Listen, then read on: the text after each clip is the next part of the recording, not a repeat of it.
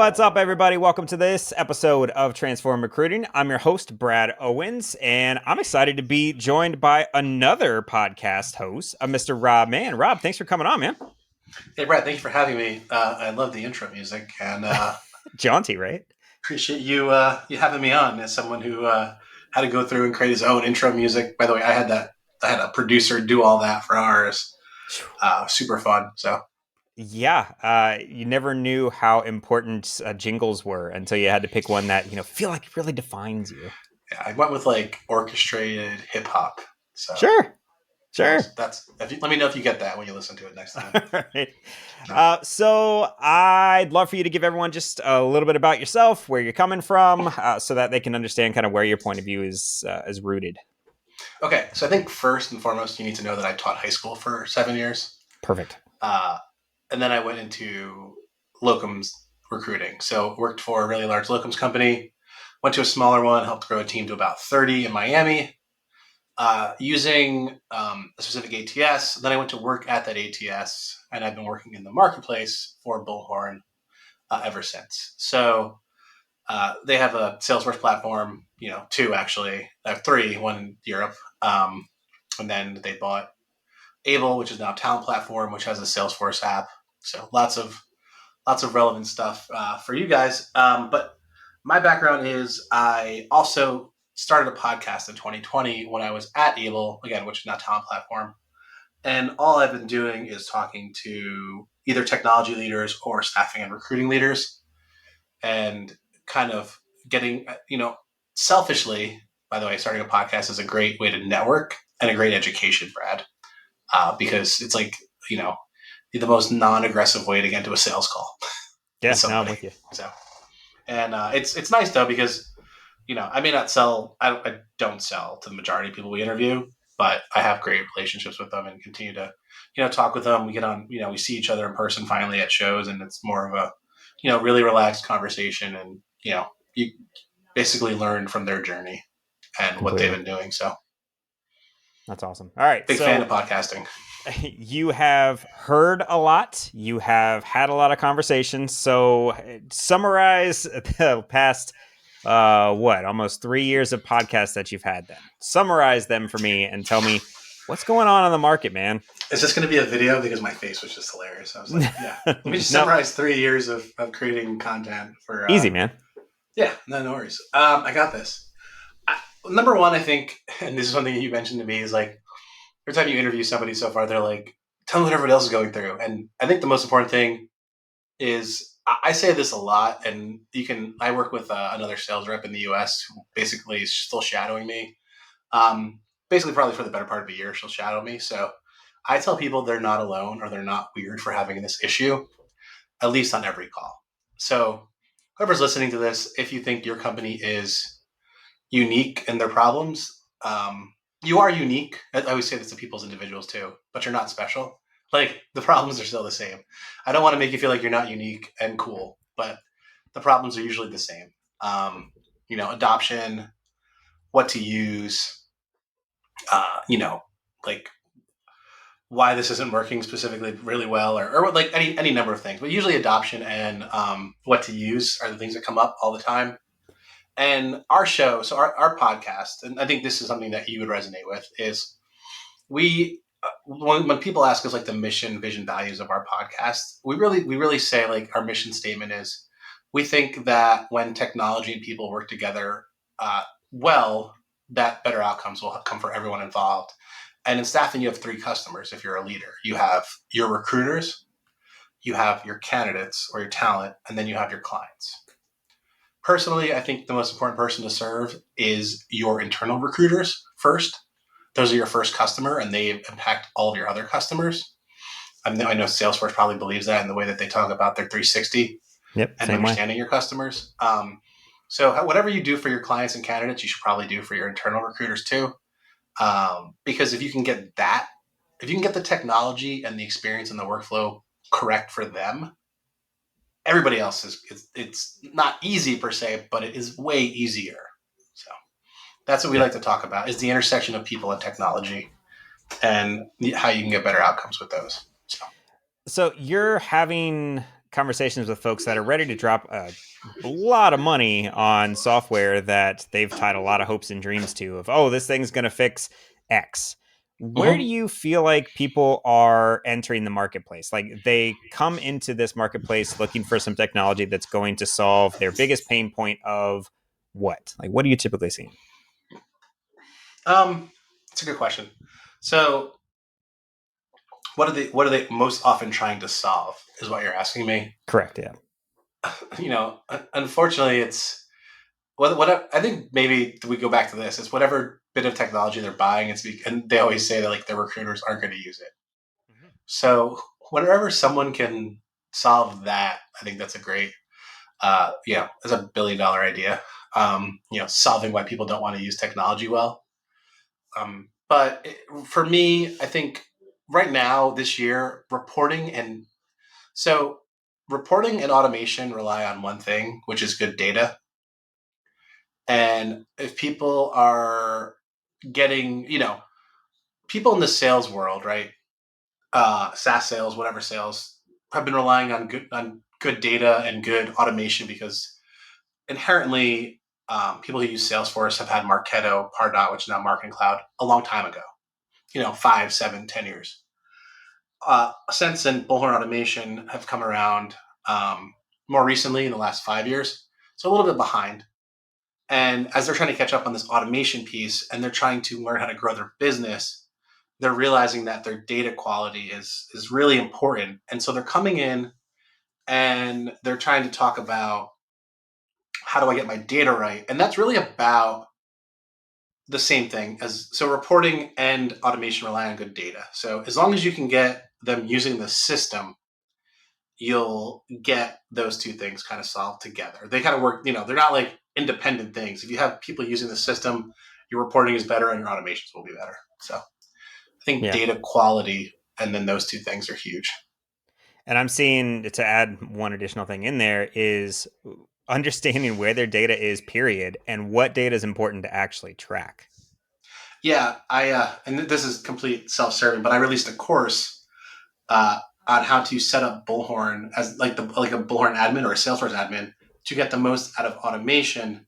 But that answers that question. Like I literally created a course on Teachable, and I released it like a month ago for that purpose, Brad. So That's amazing. um, it people are asking the same questions. It's just like it doesn't matter what system they're using or probably what industry, right? Like whether they're sales folks or TA or staffing recruiting. Yeah. I mean, they're all doing the exact same types of things because, like you said, it all relies on that underlying really good data. Yeah, Uh, I see a lot of people trying to collect the entire forest of data. Like, look, the salary data is good for that moment in time. When another recruiter calls them behind your recruiter, they all of a sudden are going to want more money. Like that kind of data that everyone's been like, oh, it's what we're going to use to put out this whole God, I mean, there they are love putting out salary reports, Brad. They love them. everybody loves to have their own salary report. Like, Yeah, okay, great, fine, yep. I, as a person who is doing that job, might check in to make sure that I'm earning as much as my peers, but it behooves you to make me think I'm earning less. So that I have never really thought of those as a good thing. yeah. I think it's so it makes me it's so. Let's be honest. I'm excited that they're creating content Mm-hmm. and they're asking their customers questions. So Yeah, let's celebrate that big win. Again, to your point, it is just a snapshot, and if you make a recruiter fill it all out, it's going to create a bad thing, a bad experience for that recruiter, right? Serve your first customer. So if you yeah, can use automation or workflows to help you, right, then you can fill in 6 fields and then have all the other things from marketing filled out through some kind of workflow or automation. That like if this field is filled out with accountant, years of experience is 4, then guess that the salary is going to be around this and fill in a couple of skills. So, and then if they're wrong, you can fix them, right? Like it's a living thing. It's not a fixed thing. I think but one of the other things I've been saying a lot this year is if you don't tend to your data, just like a garden, it's going to go to crap. So mm-hmm. you have to I you have agree to with have you. someone minding it. What do you think the biggest things they're trying to do with their data is. You mentioned reporting, and yeah, it makes total Yeah, sense because staffing and recruiting, that's really hard to put out good financials for. Like, you really can't forecast all that well. What are some of the no, things they're trying yeah, to do? no, that's a good question. So I think for me, what I see people trying to do is one, um, get it's about growth. I think people are at that stage where they, depending on the vertical, they really had great, post pandemic years. I know we're not technically post pandemic, but like 2021, 2022. Now, 2021 we were phasing out, and people had massive growth. And then, right now we're in a period of layoff, right? Like, I think the bloat's going, in these big tech companies and companies. So hopefully we'll get back to still unemployment's low. I don't know if that's like a false metric, but it's definitely a good sign. And I think people are trying to grow, and then therefore the end result of trying to grow is to be more strategic. So how do you use that reporting to help you? You use good data to help you. You you know trim technology fat or anything using good data, and then you double down on what works, and take educated bets, right? Mm-hmm. So you're not playing the slots; you're playing a table game where Yeah, you know and the I know stats. you've probably, given your timeline, you've lived through a couple of these downturns in the market right now. I personally, I actually, other than the hard times that it's made for my recruiters that were, highly commission based, I enjoyed it from a strategic point of view from these dips in the market because it allowed me to focus on those kind of things that I don't really have time to when things are going crazy and I'm trying to close however many placements a week. Um, I feel like when they are having this chance to calm down and look, this is really a lot of the time that people are going, oh, geez, we really let that get away from us. Or, oh, geez, they're Yeah, really not putting in what we thought they were. And it's that point in time where everyone's starting to wake up yeah. and say, Well, oh, we should probably work on that. So it's yeah. not So I surprising. think to your point, right? Like, we're the staffing and recruiting industry, talent acquisition maybe feels the same way. Is throw people at the problem Yeah. Butts and kind of seats, industry. always.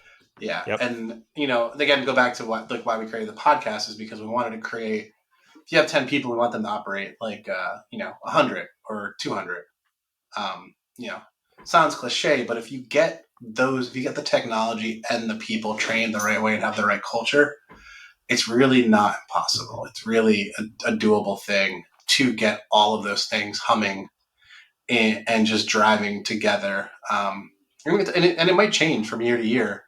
I think you shouldn't be throwing headcount at what could be a technology problem, and you shouldn't be buying more technology if you haven't, like if you look at, I got yelled at once for this by a chef friend of mine. We used most of the yogurt, but like there was like at least another spoonful spread out, and she was like, "No, you don't throw that container away until you get all of it out." And I'm like, "Okay, chef." Mm-hmm. I was sous chefing for her. Um, and I think that's really how we could think about technology is like, okay, we got 80% of the use of the technology, right? Which is really good for utilization purposes and adoption. But like before we go band-aid buy something else, can we use the stuff we already have to fill in that gap? And like again, you need to have a gardener or someone who knows or has time to go do this to get all that out of there. And Yep. you spend, how much money do you spend on a CRM with like the basics to do? Like I know generally what like a Bullhorn or Salesforce charges per seat with all the add-ons. Um, And if you're going to spend that much money and have 50 seats, you better have somebody who's making sure that all that stuff's working well. Yeah, absolutely. Whether it's contingent, consultant, or full time, whatever makes sense for your business. But it doesn't make Yeah. sense to spend all that money and not have a person that would help you. Right. Well, why invest if you're not going to use it? You don't get a Ferrari to not take it to track days, right? Like, you're going to have to Yeah, go have some fun with it. and that thing is going to the garage for maintenance way more often than your Honda. Yeah. Yeah. Whether that's good for your wallet or not. But usually when you're buying a Ferrari, it doesn't really matter at that point. So Sure. Hopefully. Yeah. well, So you mentioned something there that I'd love to get your take on. You stumbled into a little bit of the do more with less, which I'm hearing a whole lot right now. Well, that's how you run a recession. Yeah. Yeah. So the mentality of how can you make one feel like they're working like 100, I think is how you put it. Yeah. So 10 like my 100. Yeah. yeah, there you go. So my analogy that I always try and show to people and try and get them in the idea of what your recruiters could be like is I use a airline metaphor. So I say right now they're acting a bit like flight attendants. They're asking the same questions of everybody. They're doing the same things over and over and over again, having the same conversations. What if they could act like air traffic controllers and instead see what's going on, intervene when they needed to, have that overarching view of everything that's happening, and still be able to make the kind of impact and kind of results that you're looking for? What do you think's kind of standing in the way right now of most organizations being able to do something like that? You know the answer. Data. Paying attention to the right data points. Tracking the right data points. You can't like getting good at reporting. So the easiest way. I love the analogy, by the way. By the way, flight attendants and air traffic controllers might be the two most different jobs Mhm. from a skill set perspective. Yeah, it is. But I mean, they have the same goal, right? They want everyone to Yeah, land at the same point. everyone. Yeah. Well, it's about a customer experience, but it's just really funny to think about the insanity of air traffic control. Hopefully, it's all automatic. There's a lot of it. Yeah. Automatic, and there's AI fixing it because that was a stressful job back in the day. Hopefully, it's still not as stressful. Um, but to your point, like having the time or the resources to be like, hey, staffing company A, and then this is a really like easy example, but hey, it's Christmas time. All the warehouses that you staff usually bulk up and have a bunch of hiring they have to do. So it would be in your best interest because it takes you on average 15 days to get fully staffed. Like if you need to staff 50 people, it takes you 15 days to get it. This is just like me making stuff up, right? So that means if you need to get, your customers because you have AI and reporting and like really good data that on November 1st, they're going to start doing that. That means October 1st or 15th, you're starting to prepare, right? You're playing chess instead of checkers, right? You're really planning ahead. And I think companies can do that now. I don't think enough people sit back and look at their data across all verticals of staffing. I'm sure like light industrial who do like these high volume gigs know generally, maybe they don't have like the reports, but they have a feeling like when people are going to staff up based on their industry, or kind of run up their staff. But you could really do that for anything, right? So if you have enough data points coming in, or have a tool that says like, hey, like look at TechCrunch is fascinating, right? If you ever look at their database, they know how much money is being deployed, and so it's these all these aggregate data points that can lead you to someone saying, hey, we know this vertical in this sector is going to need more engineers, right? Yeah. And So stuff like that. Like I just don't think there's an investment in the lower parts. Like I'm sure Ronstadt at Decos of the world, Kelly's, they're doing these things because they have teams, right? Like Harry Stamper and Armageddon said, it's NASA. You have teams upon teams that are just cooking things up. Like Kelly and those guys. That's a really funny quote, by the way. I'm going to use that from now on. I love Armageddon. Come on, it's Brad. it's crazy. It was actually supposed to be in my friend's movie night watch list tonight. So that's Oh, there crazy we go. coincidence. Yeah. Awesome, but that's so true. Like you should have the bigger guys have teams upon teams looking at data, trying to figure these things out, getting better. But as you go downstream, you're running a business. Maybe you're running you're trying to grow now, but maybe you're running like a lifestyle business, and you're okay with just kind of playing it as it came. But if you're trying to grow and be strategic, you do need to think like a tech company. Everyone's a tech company. The founder of Eat Sleep actually was making me laugh. Have you ever heard of Eat Sleep? Mm-mm. So it's a mattress company. Well, it's a tech company. They create mattresses or mattress covers that can control the temperature on your side of the bed. So if I'm a hot sleeper and my wife is cold, my side will stay cooler and keep me asleep, and her side will stay warmer and keep her asleep. So, and then they had to collect data and do all this really cool stuff. So the CEO, Matteo, I'm not going to butcher his Italian last name, today was talking about it, like on Twitter, about another company, and they were like, most hardware companies are just software companies now. And I'm like, well, most companies are tech companies who just do something. So, the easiest example and the best case study, Domino's is a tech company that makes pizza. Really, they just do really cool stuff with tech, right? I don't think the pizza might be a little bit better than Papa John's or whatever, but like, it's not that much better. They just have that much better tech and software wrapped around it. So if you want to be better, you need to. I mean, we keep coming back to the same thing, right? Serve your first customer with good tech. Let your clients interact with good tech, clients, candidates, and just keep working on those things. So Yeah, and anyway, you're using examples. I help people think of different examples from different industries, because you think of things like Domino's, like that pizza tracker. Like, wouldn't that be great to have the same sort of thing for when you're interviewing for a job, to know exactly where you stand, even from a client's perspective? Wouldn't it be nice people to are going know to where we're expect at in the it. hiring?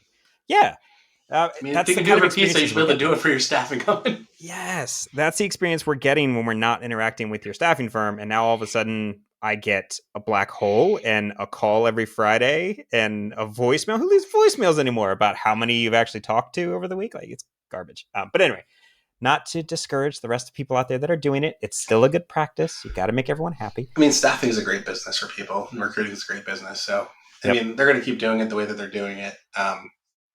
There will be consolidation. There'll be other things, but if you can run a really profitable business because of good tech with less money and take care of your customers, they're going to go there. They're like, you're going to work with a customer who has the best experience for the talent, the best experience for the clients, and the best.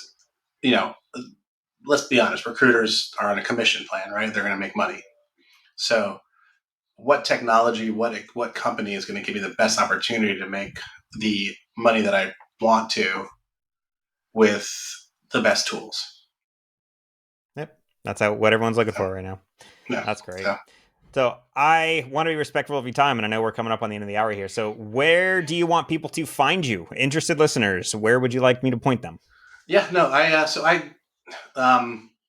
just search Robert Mann. I have a little apostrophe after my T in Robert, so that I know if you automatically message me on LinkedIn. But that's the easiest way. Rob Mann FL on Twitter, so it's just Rob MANN FL on Twitter, and then follow the You and the Experience podcast. Um, this is what we talk about day in and day out. Where we're just, I mean, I'm fascinated with culture and the way that people in technology work together in culture. So. Love it. Well, fantastic. Well, thanks so much. I appreciate you taking time out to be able to share your ideas and what's been on the podcast, on your podcast, with everyone who's listening to this one. And yeah, you all should be listening to both. So go check it out. Yeah, please. Uh, We're gonna have you on ours soon too, so it'll be fun. Let's do it, man. We'll trade. I'll trade airtime. That sounds fun. Sounds good. So yeah, if anyone wants to hear more about this podcast, it's transformrecruiting.com. That'll get you all the episodes. If you want to email me directly, it's hello@bradowens.com. And I hope to be able to be with you all on the next episode, I guess. We'll talk to you then. Thanks, Brad.